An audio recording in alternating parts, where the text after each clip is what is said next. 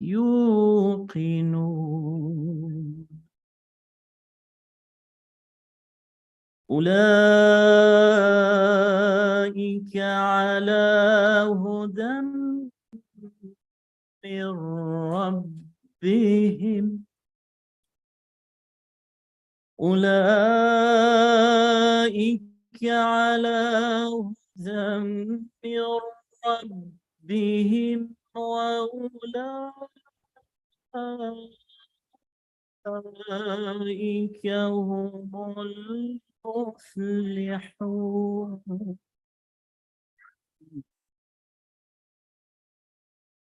إن الذين كفروا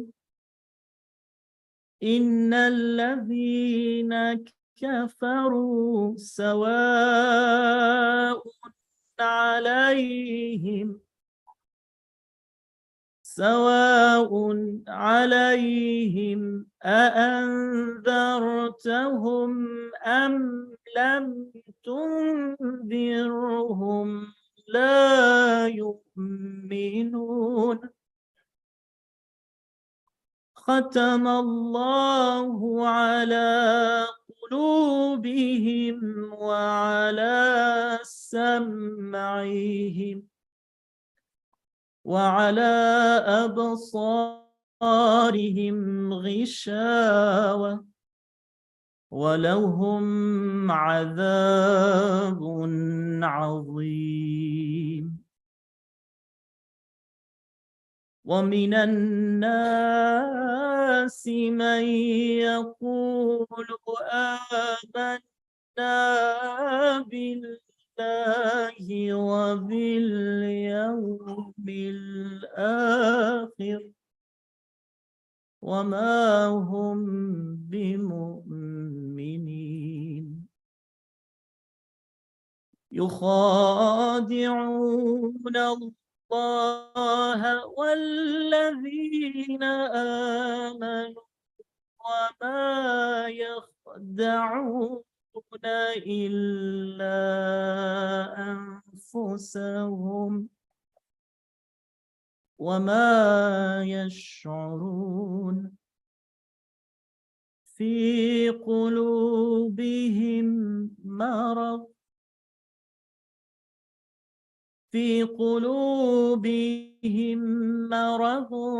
فزادهم الله مرضا ولهم عذاب أليم بما كانوا يكذبون وإذا قيل لهم لا تفسدوا في الأرض قالوا إنما نحن مصلحون ألا إنهم هم المفسدون ولكن لا يشعرون ألا إنهم هم المفسدون ولكن لا يشعرون صدق الله العلي العظيم.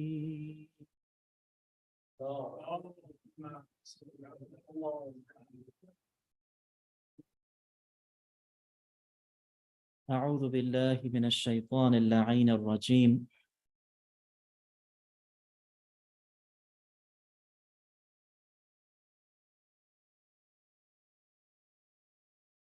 بسم الله الرحمن الرحيم وبه نستعين.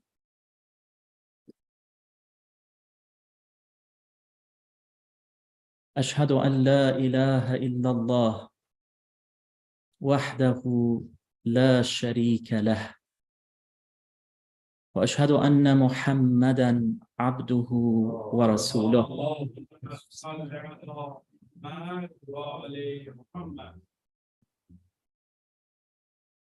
اللهم صل على سيدنا محمد وآل محمد.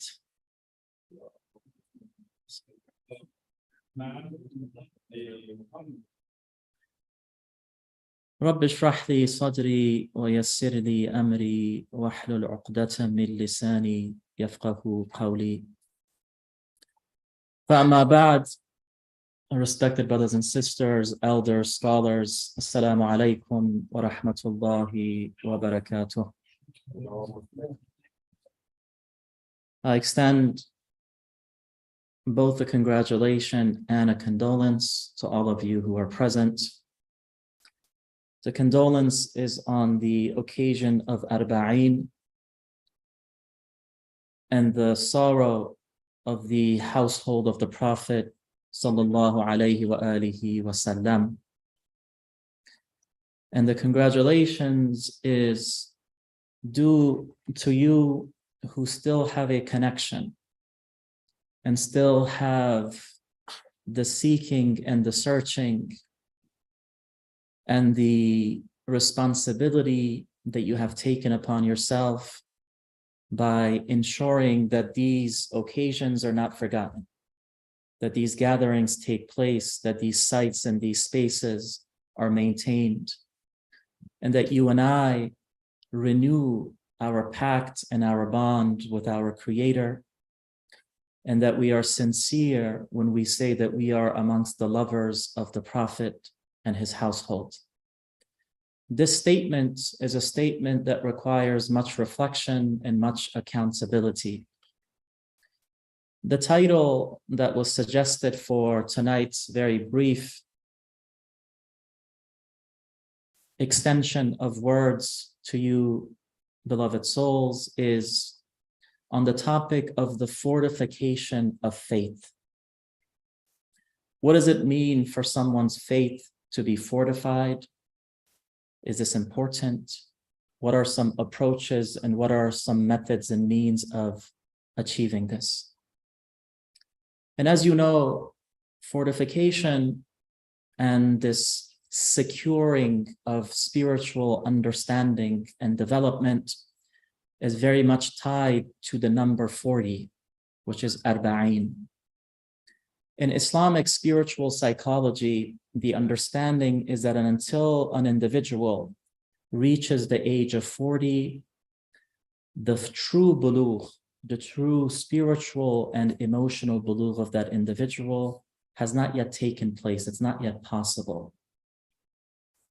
We know that in the Quran, in reference to Prophet Musa, salamullah alayh, Allah subhanahu wa ta'ala mentions the presence of 40 days of securing and ensuring a meditative state of reflection and connection to the Almighty. We know that the Prophet sallallahu alaihi wa alihi wasallam, in many narrations and also from the Ahlul Bayt alayhi salatu wassalam, have mentioned the number 40 as an essential number for the believer in his or her attempt to improve or to change or to bring about particular spiritual or even worldly transformations. In fact, the mystics, the Ahl Irfan, the Mutasawwifa of Khurasan and other places, have a practice that in Farsi is referred to as Chelladari or Chellanishini.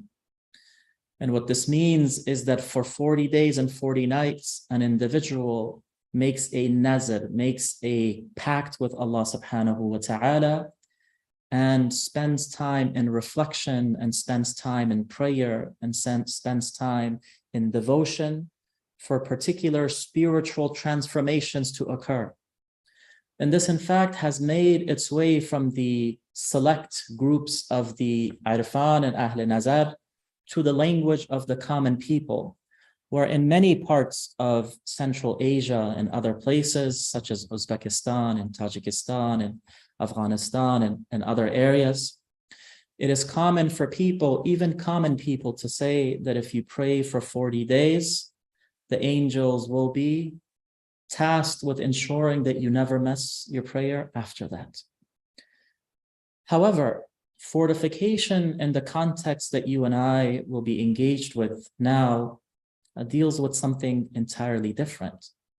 It is not an issue of numbers, but one of approaches.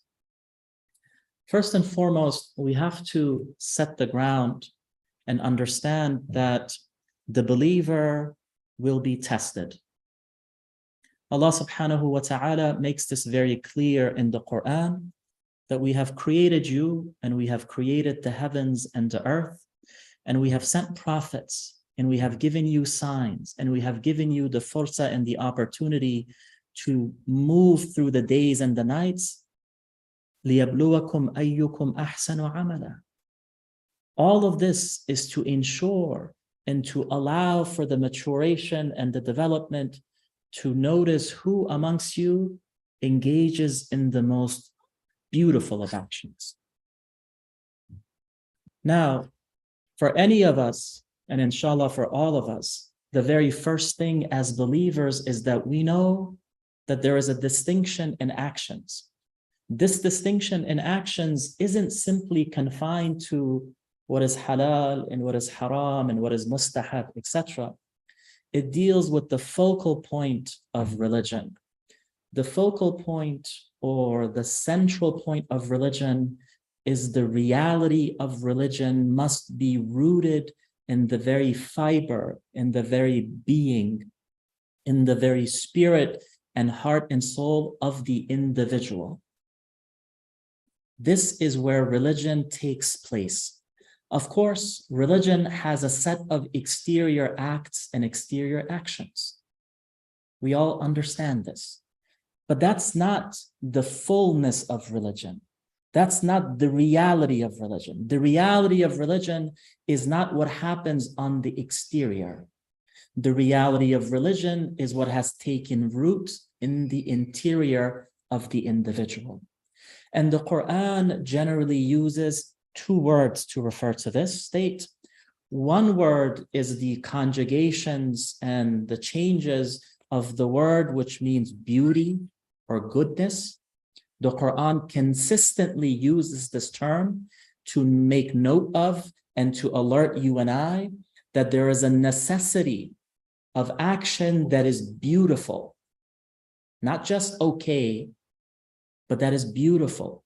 And this process of beauty and beautification are very central because these actions are not simply actions that are taking place as a result of the exterior of the individual, but there's an interior energy and there's an interior niyyah and intentionality that leads the person to consistently engage in these types of beautiful actions that includes the following. Amongst the manifestations of such beautiful actions is to withhold your anger. To withhold anger. One of the first things that we Muslims tend to engage with is angry outbursts. We all have had in our lives moments of anger, moments where we lose control, moments in which we are upset, moments in which we use harsh words. But the Quran says that the signs of those who are muhsineen is that they crush and they withhold, they prevent anger from taking root, the flame of anger from being lit. Additionally, the sign of ihsan is the extension of mercy with people. This extension of mercy includes forgiveness for people. Forgiveness. Now, to truly understand what it means in our spiritual tradition to forgive someone, I will offer one example. From the riwayat of the Ahlul Bayt alayhimus salatu wassalam, we are told a number of things. The first one is that Muslims, you and I, are encouraged not to hold on to anger. There are many narrations from the Aimma alayhimus salatu wassalam. You can go through the list from Imam Jawad to Imam Husayn to Imam Ali, sallallahu alayhim ajma'in, there are multiple narrations which say that no two Muslims should be angry with one another for up to 3 days. Now, 3 days is a short amount of time, but that is placed as a red line. You see? One of the hikmah of such a statement is that the more that you hold on to anger, something happens according to psychology, and that is your anger takes 2 turns. One is you begin to lose the reason of why you are angry in the first place. Because what we do as human beings is we start to recall and remember all of the other instances which upset us in respect to that individual. So it's no longer anger or being upset or being hurt about one thing. It's a collection of things. You see? And in addition to that, you begin to interpret other things as reasons as to why you should be upset with them. That's the first thing. The second is that the more that you and I hold on to anger, anger changes into resentment. You begin to resent the other individual. When there is resentment that takes place, the possibility for coming back together, the possibility for mercy, the possibility for friendship, the possibility for respect, for trust, this becomes diminished or dissolved, removed, lost, damaged. So the A'imma alayhimus salatu wassalam have insisted that believers, let alone husband and wife and siblings and relatives and community members and teachers and students and other instances, do not hold on to anger. Do not insist on anger. The A'imma alayhimus salatu wassalam have stated in multiple narrations. You look at all the books of narrations. You look at Al-Kafi, you look at other books. The collections of narrations.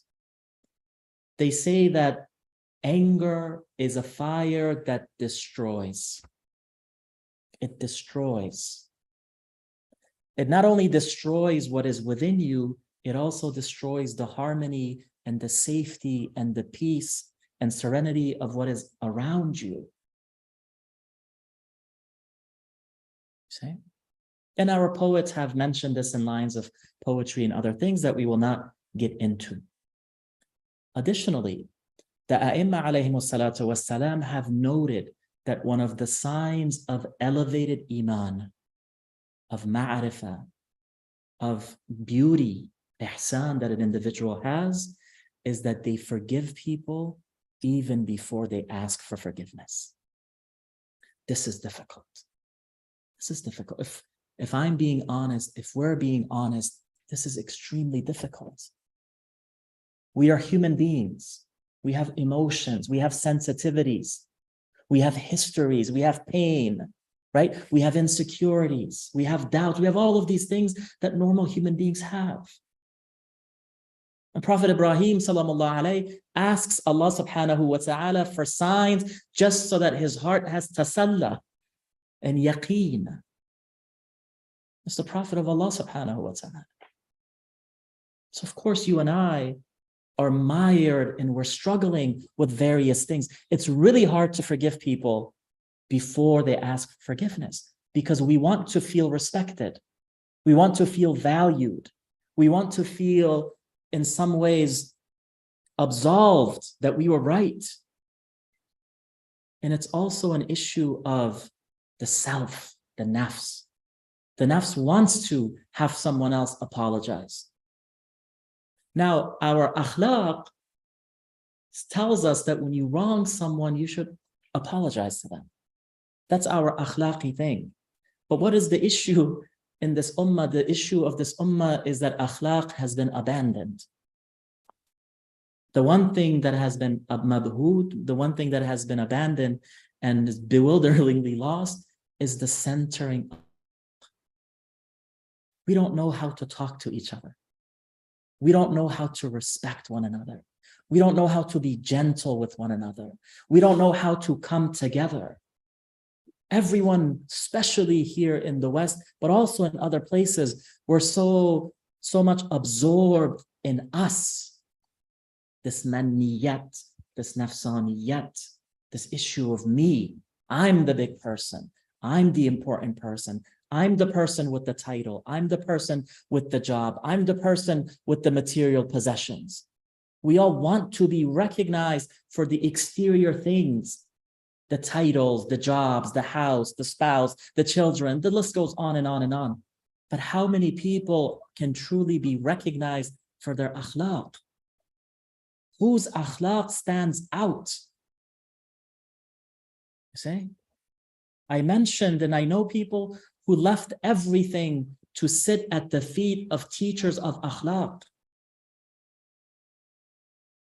So our akhlaq tradition tells us to apologize to people. But the Imam Salamullah alayhi says that forgive people even before they apologize to you. That is greatness when it comes to this tradition. That is independence when it comes from this alam al-asbab. That someone has such an extensive taqwa and reliance and removal from this world that they realize that even if this person apologizes to them forgiving them is greater and more pleasing to Allah subhanahu wa ta'ala. This is more pleasing to God. تخلقوا بأخلاق الله. We must embody and engage with these characteristics that are divine. Allah subhanahu wa ta'ala has forgiven many things that human beings have done, even without us asking. It's the mercy of Allah. You and I may have done something, inshallah, that was so pleasing to God that it forgave other things that we did that we knew were wrong, and we still insisted upon it. So Allah subhanahu wa ta'ala makes it clear that the believer is to be tested, and the testing of the believer should bring about in him or her the presence of what is internal to that individual. And what is internal to that individual must be something that is beautiful, and that beauty will change and transfer into actions and words and intentions. This is important. As the Prophet ﷺ has said, that the believer is the one from whom others are safe from their harm and from their tongue and from their bad intentions. In addition to this issue of beauty and ihsan, and Allah subhanahu wa ta'ala states in multiple instances, Wallahu yuhibbul muhsinin. God loves, the love of God covers and embraces those who engage in that which is beautiful. The other thing that is important is ikhlas. Allah subhanahu wa ta'ala lays out the framework which shows how is it that you can come out successfully from this site of being tested, from this world. And in the Quran, many verses talk about that the only category of individuals who are saved are mukhlasin. Those who are sincerely and truly and solemnly and spiritually bound to worship Allah subhanahu wa ta'ala in truth, in honesty, in love. There can't be honesty without love. There can't be love without tenderness. There can't be love without surrender. You see? Now, Allah subhanahu wa ta'ala tells us that the believers are consistently tested. Some narrations mention that 40 days do not pass unless and except that a believer is tested. That we're tested. Anyone who thinks that they will not be tested has missed the plot. We've missed the point. Now, being tested doesn't mean that, na'uzu billah, Allah subhanahu wa ta'ala is out to get you, as we say in general language, that God wants you to fail. There's a difference in the way that the waswasa of shaitan works and the way that the testing of Allah subhanahu wa ta'ala works. There's a difference here. The waswasa of shaitan, according to the Quran and according to the narrations, is intended to destroy and to deter the individual from Sirat al-Mustaqim. So waswasa is intended to deter and to destroy the iman of the individual. But being tested from Allah subhanahu wa ta'ala turns something very interesting. It turns the individual's attention to what is needed to be improved. What needs to improve within us. That is why we are tested by God. Being tested by God is an opportunity to turn to God and an opportunity to ask God and an opportunity to develop, to shift, to recognize what is taking place within us, right? And this is important when I talked about centering the heart, because the dua that you and I know is Bismillah ar-Rahman ar-Rahim. رَبَّنَا لَا تُزِغْ قُلُوبَنَا بَعْدَ إِذْ هَدَيْتَنَا. The scholars and others who know much more than me are here, they understand this. So this is not to teach anyone. This is to express. This is to have a conversation with one another. The important thing in this, one of the important things in this verse is the presence of the marker ba'd, after. It's very important. The dua that Allah subhanahu wa ta'ala has included in this Quran is, our Lord, do not allow for our hearts to be transformed in a way that it becomes derailed from the reality of things. After you have guided us, بَعْدَ إِذْ هَدَيْتَنَا, that there is a possibility of being derailed, as they say. Right? You see, being in some munharif nature, you go out of bounds. And this term harif comes from the Arabic word, which means to cut. So the tongue or anything else that is tahrif, inhiraf, all of these things, it's a cut that is destructive, or it's a cut that shifts the individual towards something that's wrong, or it's hurtful, right? بَعْدَ إِذْ هَدَيْتَنَا, after you have guided us. The qalb itself comes from the word which means to change, to turn, to transform. That's why the heart of the individual is in need of constant attention. So on the topic of the fortification of faith, we have to turn towards the heart. What is it? What is the state of our hearts? What is taking place in our hearts? And there are two ways to both understand and to also resolve some of the difficulties, and inshallah, all of the difficulties from diseased hearts like mine. The first one, with a loud salawat.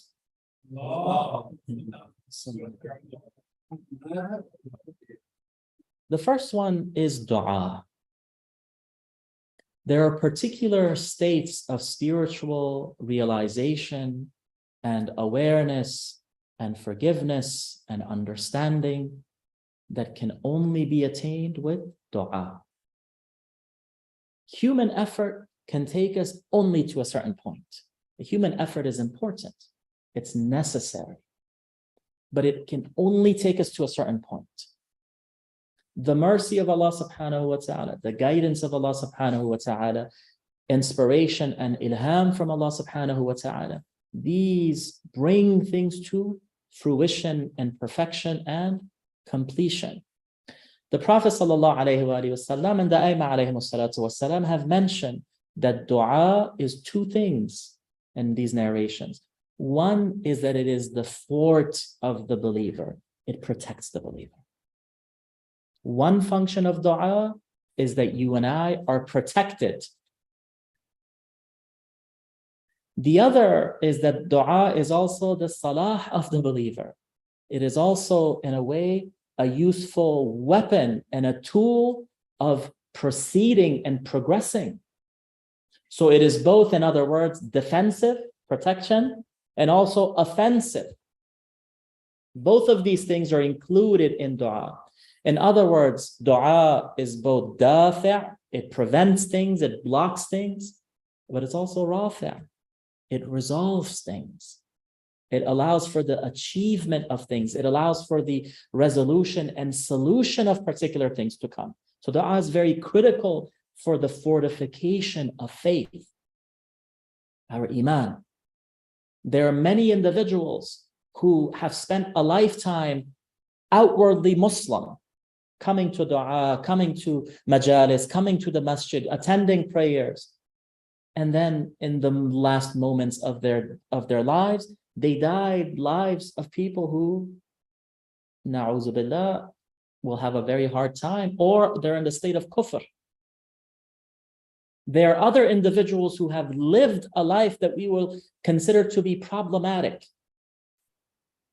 But something happens, a dua that either they had made at a certain point in life or someone else made for them. There was recently a case, an individual who's a relative of ours. And we are tricking each other if we pretend that all of us have members in our families who are, everyone is devout, everyone is religious. That's not true.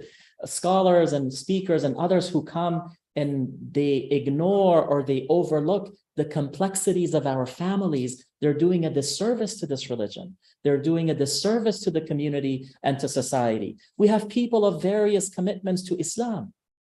Do we shun them? Do we cast them out? Do we apply takfir to them or something like that?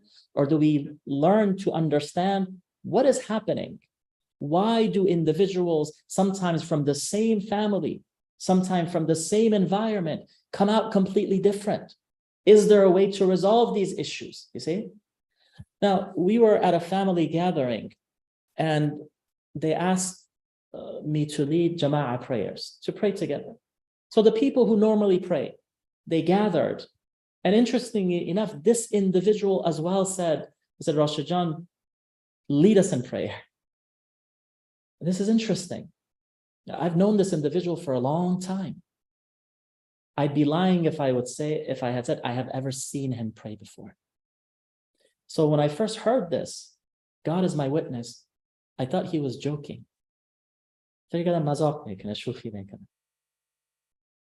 And he was going to get up and leave like he had in other instances.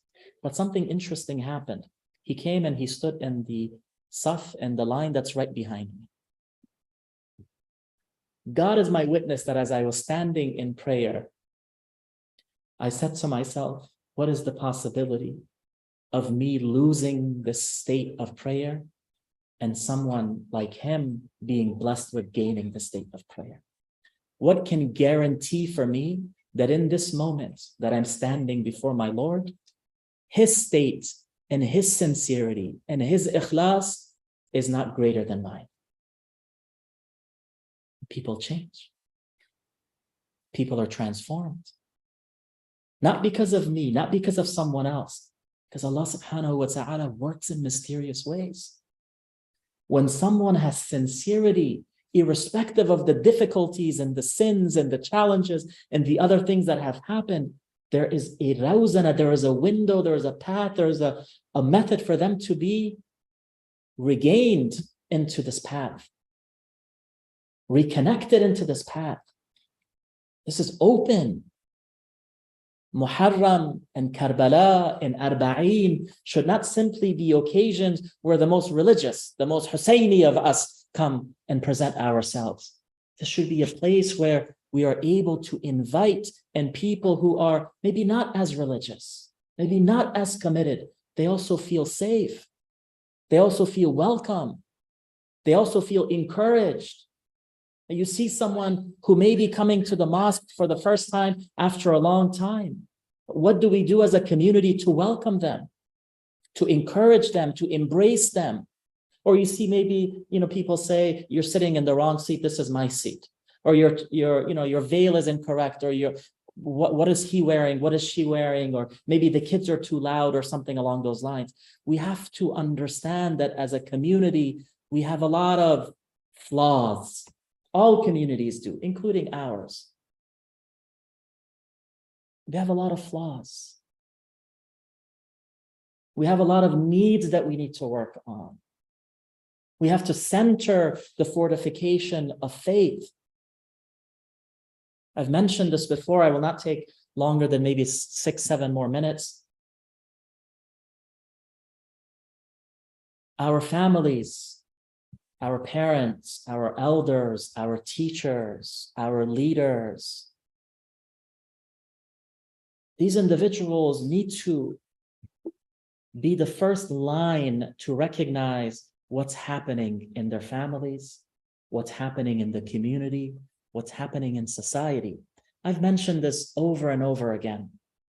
The fact that this center has not been able to graduate someone who has completed the entirety of the Quran is a failure.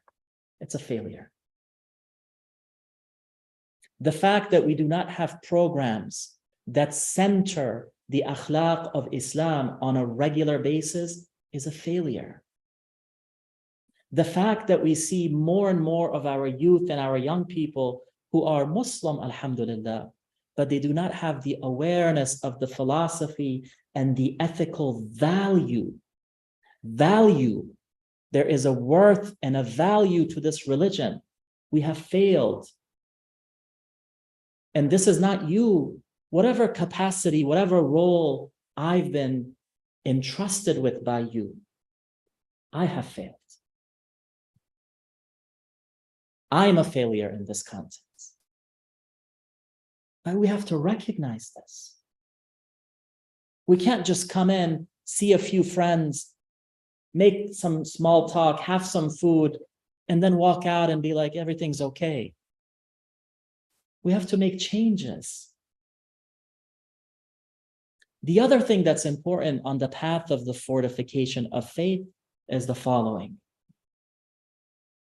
The A'imma alayhimu salatu wassalam, the Ahlul Bayt alayhimu salatu wassalam, have mentioned in multiple occasions. This is a very important but oft forgotten narration. It's a principle in Islam. It's a principle in religion.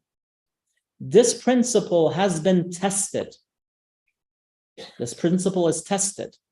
And that is, if you ridicule someone for a sin that they have done, you will be tested with that same sin.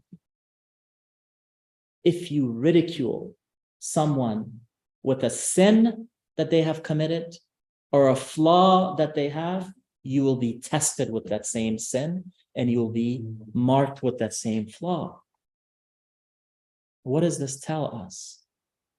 This tells us that we are also in need of improvement. Everyone has different challenges. This doesn't mean that we don't have the issue of amr bil ma'ruf wa nahy anil munkar. Of course we do. I hope no one misinterprets this. Of course we have right and wrong in Islam. Of course we recognize things that are wrong as wrong. But the key indication that these narrations tell us is that if you feel arrogant, if you mock and ridicule someone else for a difficulty, for a challenge, for a sin, for a problem that they are facing, that their family is facing, you will be tested with the same thing. And we will fail. That's why this religion so much emphasizes what I mentioned at the beginning: ihsan, ikhlas. When you have sincerity in front of Allah subhanahu wa ta'ala, you realize that you need work. That you need work.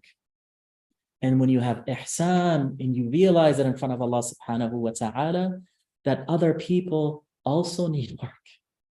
We're all human beings. We're all believers. The A'imma alayhimu salatu wassalam, there's a very powerful narration that when I read it, I cried. because I realized how much I had failed. Imam Ja'far al-Sadiq salamullah alayhi, someone comes to him and says, such and such a person drinks alcohol. I saw him with my own eyes. And because when I was growing up, because I didn't drink alcohol, and I'm being honest, I used to think that people who drank alcohol were very weak, very misguided. Of course, drinking alcohol is haram, but it was a source of arrogance for me. And the Imam alayhi salatu wasalam said, do not look at this individual with the same eyes. Do not look at this individual with the same eyes. What does this mean? The Imam continues, since you saw them last in that state, whatever it may have been, drinking alcohol, you can fill the blank, whatever the situation may be, until you see them again, they may have been forgiven by Allah because of tawbah, because of something else. Do not look at them with the same eyes.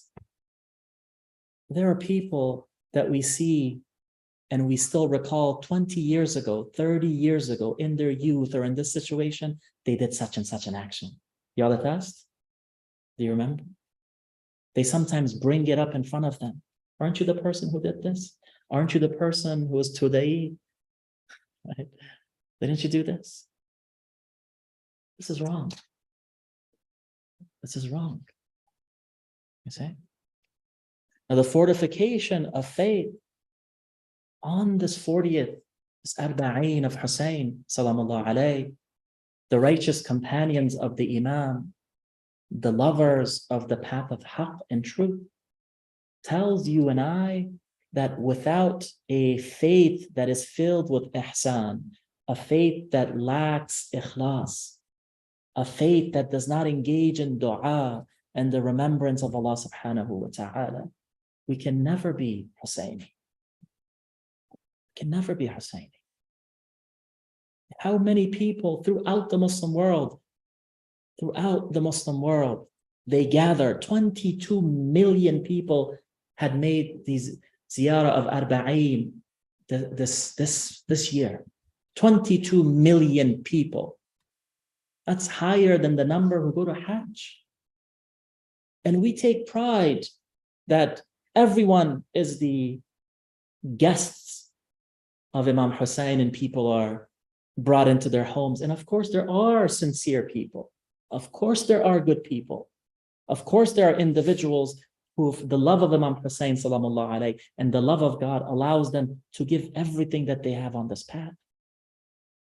But in this mix of 22 people, the Iraqi government's policies, other governments' policies, made discriminatory policies based on where someone's coming from.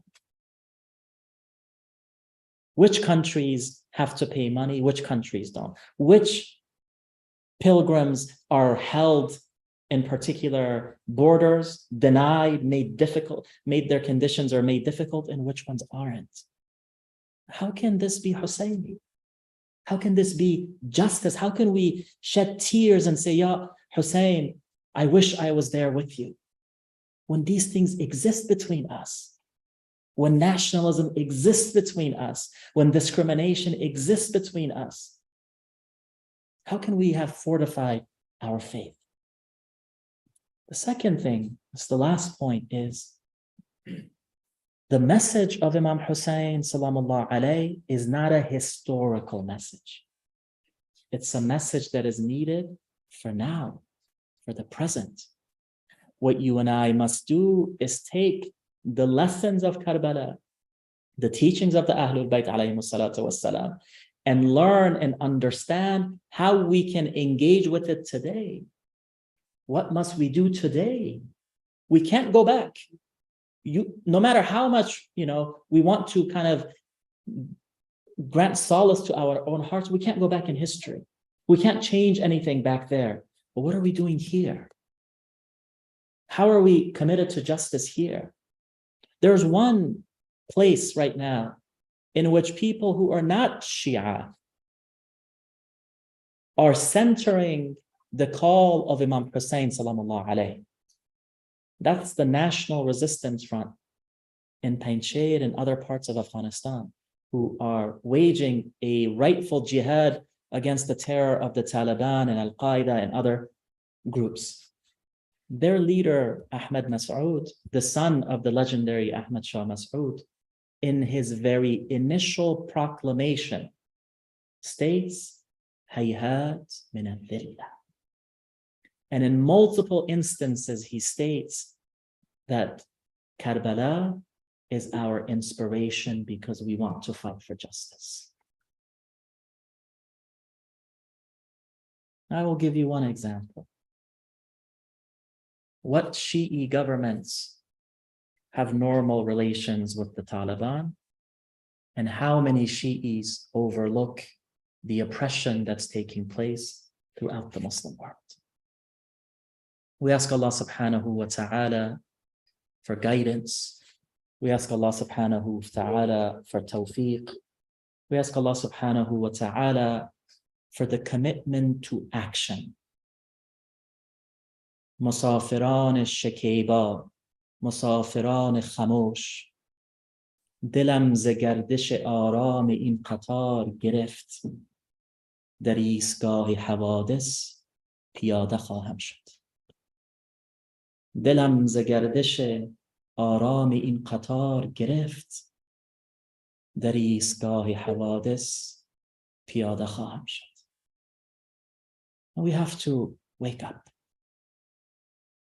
We have to engage spiritually, socially, politically, with that which is beautiful, with sincerity, with that which is just, not only for today, but for generations to come. ربنا لا تزغ قلوبنا بعد إذ هديتنا وهب لنا من لدنك رحمة إنك أنت الوهاب. ربنا أفرغ علينا صبرا وثبت أقدامنا وانصرنا على القوم الكافرين. ربنا آتنا في الدنيا حسنة وفي الآخرة حسنة وقنا عذاب النار. Ya Allah, we ask you for guidance. Ya Allah, we ask you to never allow us to become of those who are silent against the unjust and against the violent and against the oppressors, and to never be one of them. Ya Allah, we ask you to unify us in Imam. We ask you to unify us in Islam. We ask you to unify us in ihsan and in sincerity. Ya Allah, we ask you to sustain and to increase the inspiration and the love of Imam Husayn salamullah alayhi in our hearts with sincerity, with truthfulness, with commitment, with honesty. We ask you, Ya Allah, to never make us amongst those who abandon the ethical commands and the values and the teachings of this religion for any worldly gain. Ya Allah, we ask you to grant consonance and agreement and harmony between what we say and what we hold in our hearts, and to purify our hearts and to purify our intentions. Ya Allah, we ask you to release and to allow for the safety and the security and the joy and the serenity that this religion has commanded us to maintain and uphold, to take hold throughout the Muslim world. And we ask you to hasten the reappearance of our Imam, Ajjalallahu Ta'ala Farajahu al-Sharif, and to prepare us and to count us and to include us amongst his aides and amongst his followers and amongst his helpers, Ya Allah, and to never be of those who reject him based on our own egos and our own falsehoods. برحمتك يا أرحم الراحمين والحمد لله رب العالمين وأفضل الصلاة والسلام على سيدنا محمد وعلى آله الطيبين الطاهرين ولعنة الله على قوم الظالمين. Thank you very much for your time and your attention. We ask Allah subhanahu wa ta'ala to bless all of you and to count us amongst the righteous. Wassalamu alaikum wa rahmatullahi wa barakatuh.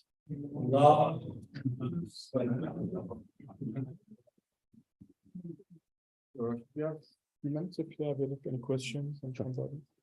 So we have, kind of intimate gathering. If you have any questions about the talk, if you want to ask Ahmad Rashid.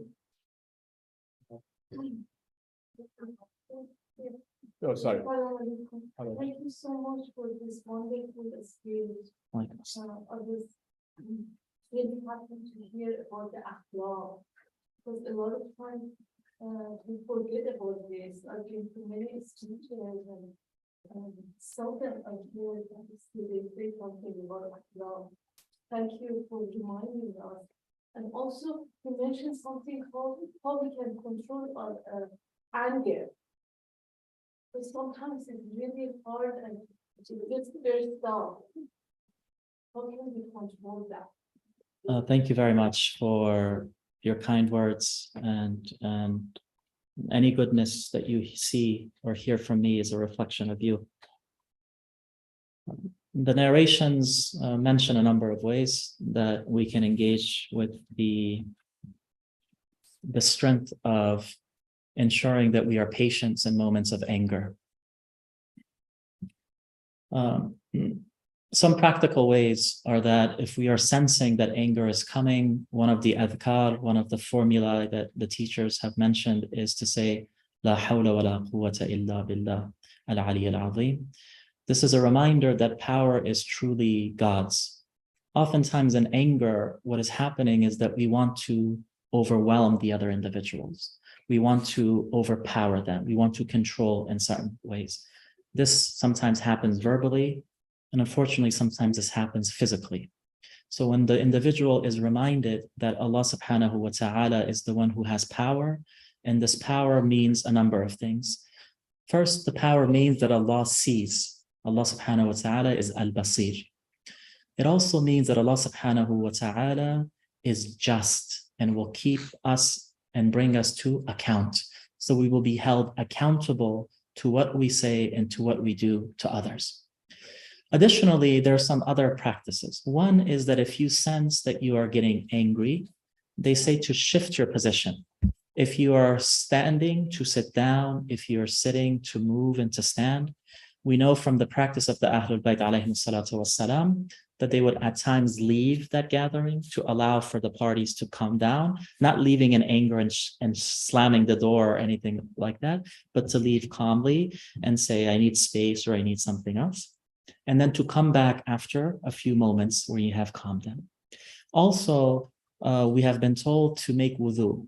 And when we feel that we are angry, to make wudu, to calm down. Wudu itself is purification, both physical purification, but also spiritual purification. And then one of the practices that we can do to ensure that the moment of anger doesn't come about, the ulama, the Ahl Ilm and Irfan usually mention to recite Alam nashrah laka sadrak, to make this a process of your day, to recite the surah as much as you can. And inshallah ta'ala, there will be change. May Allah bless you, inshallah. Other questions? You have mentioned the priority of prayer over action. Could you elaborate a little bit more on that, please? Sure. Thank you for the question. May Allah bless you. So I didn't state that prayer overtakes action. What I said, and I may have misspoken, so I ask for forgiveness, is that action itself is not sufficient. So human beings are tasked with action, but action does not by itself lead to perfection. What is needed is dua. Dua is needed for a number of things. One is to ensure that when we are engaged in action, that it's sincere.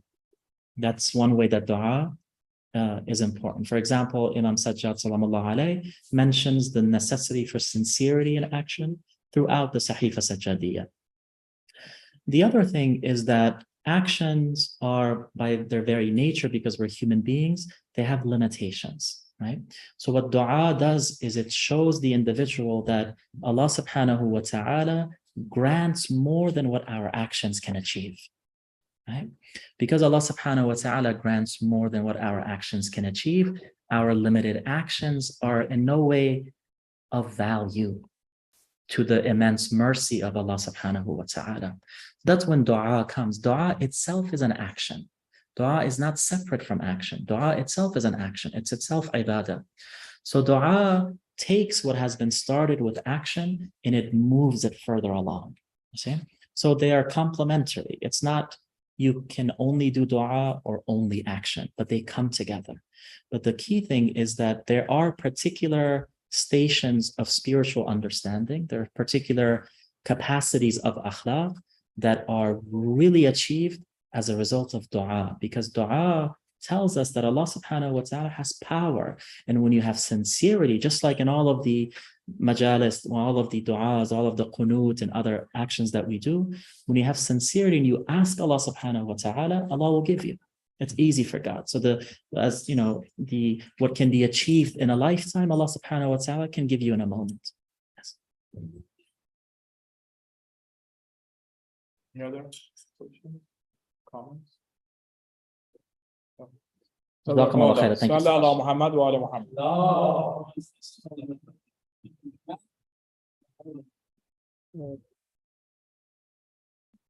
Before I ask Mrs. Payo to come and read a poem for us, I just need, we have a lot of vegetables and breads that you need to take home. That's your duty, because if you don't, they will go to garbage, basically. We get a lot of food that, in this society, there are a lot of wastefulness, a lot of tabzir and stuff. So we bring those here to our partner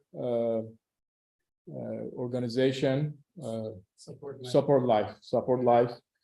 And we distribute it among the, those who need in the area, but sometimes, we get a lot of produce that even they cannot take, home. You get overwhelmed. We get overwhelmed. Yeah, we get overwhelmed. If you don't take them, they'll go to compost and be wasted. So please take vegetables and also, I guess, some breads. Yeah. Everything looks good and great. Yeah. Today. Today, It yeah. has to be consumed Quickly. So you cannot put it in your fridge for next week or 2 weeks from now and cook it. You should try to make something immediately with it next couple of days. Again, a reminder, our next program will be a major event program will be on Sunday, October 1st. It's a potluck picnic. So don't come without anything, bring something with you. It's a potluck picnic. You don't need to go overboard, bring for 20 people if you're a family of 4. Bring for a couple more extra, because there's always a lot of food there. So it's going to be for Milad al-Nabi, Imam Ja'far al-Sadiq alayhi salam, at Lafayette Reservoir. So at 1 p.m. inshallah, Sunday, October 1st. Marish Haram, please come. And this is going to be, we're going to switch in Farsi. So excuse those who only understand English.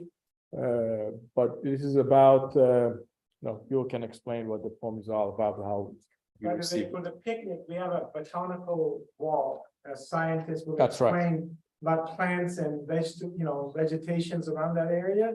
And we will have a short speech after the Zohar and Asr prayer.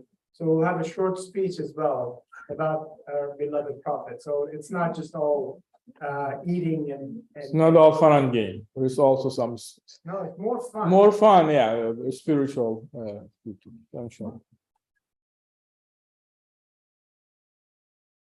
سلام عرض میکنم خدمت همگی و تشکر میکنم از گرد هماییتون و تسلیت به مناسبت اربعین حسینی.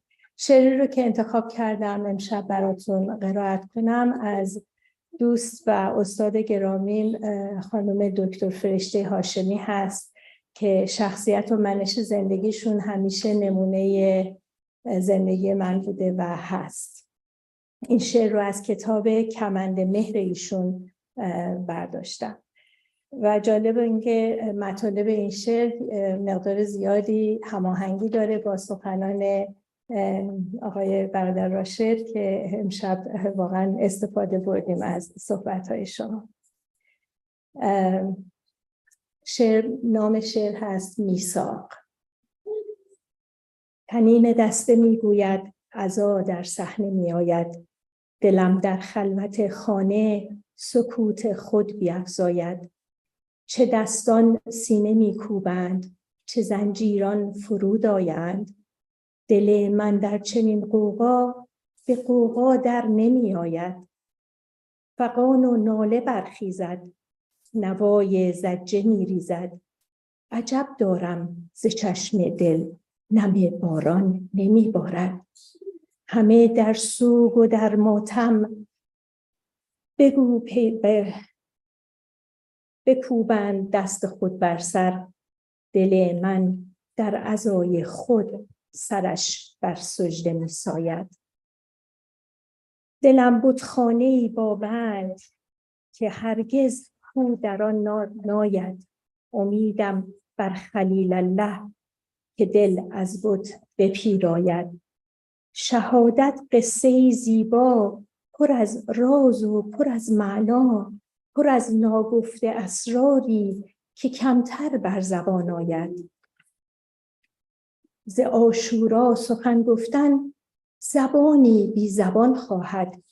میان بی زبانی ها زبان دل به کار آید. گذر از همسر و یاران، گذر از مال و فرزندان، گذر از جان خود هر آن شهادت را بیاراید. ز صورت لا اله او، ز صوت لا اله او، دل عالم همه مجنون. ولی زین دل نمی بینم که صوت لا اله آید. گرفتارم به دست دل ز پیوندش به 100 منزل.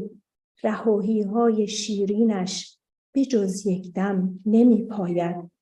سکوت خانه می خواهم که لا را در دل برویانم. چو روید لا اله در دل ز الا الله خبر باید. به هر لایی که رویارم قدم در راه او دارم. به دل چون راه او پویم عمل را بذر آن ساید. چو پیوندم فزون گردد دلم در بند او گردد. ببینم چون خلیل الله دلم از بت بیاساید. فرشته گر که عاشورا تو را میثاق نور آرد. ز میثاقت مشو غافل که راه فیض بگشاید.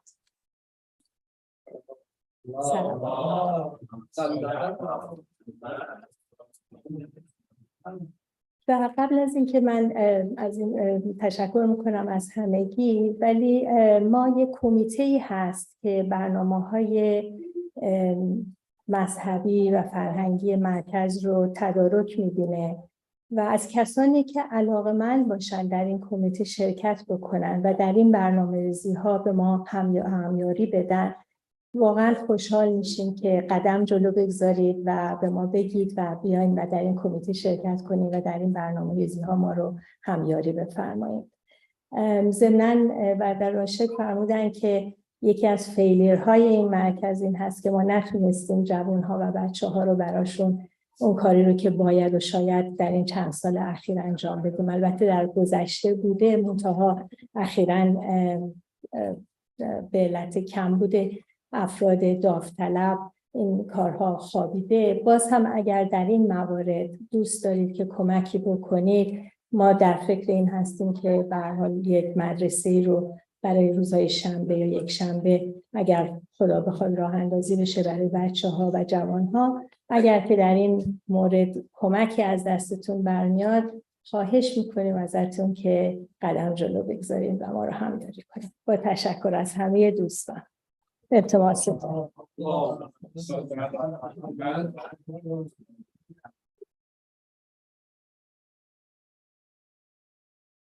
Thank you for sharing with us this nice poem, and thank you for joining us for tonight. And thank you, Brother Rashid, for the beautiful, inspiring talk, kind of reminding us of our misaq and our responsibility to the Ahlul Bayt. And we need reminders. We need constant reminders. Sometimes we say, "Well, every year we come to these gatherings, Arbaeen and Ashura." Well, we should recite Quran every day. Not that there is something new in there, but because it's our nature. We forget, especially we forget the good things. We forget the good things. It's our human nature, the way our brain has been constructed. So we tend to forget things very fast. So, reminder, zikr is always very, very, very important. So thank you again for joining us tonight. Please try to attend the Maulud al-Nabi gathering on October 1st. Also, this center is, as you know, it's an independent religious organization. We are not connected to any, government. Somehow the money doesn't get wired to us mysteriously. The money comes from your donations. So please help us by donating to us. You can, drop cash in the boxes if you want, or you can go to our website, PayPal, credit card. You can send us check. We take all kind of money as long as it's US dollar. It's fine. So please help us to sustain these programs. Electricity, water, insurance, all costs money. And help us, and also volunteer. As you said, you need to have committees that need help. You need various programs that need your input, or just be part of the committee. As I said, also the interfaith committee, if you're interested in volunteering in that committee, the meeting will be via Zoom. All we have to do is really put some thought and come up with some program for that November date event at Montclair Square Presbyterian Church. So it will not take a whole lot of your time, maybe 2-3 hours, a couple hours a week via Zoom. That's all. Okay, thank you very much. Inshallah, have a great night. Assalamu alaikum wa rahmatullah. Allahumma salli ala Muhammad wa ala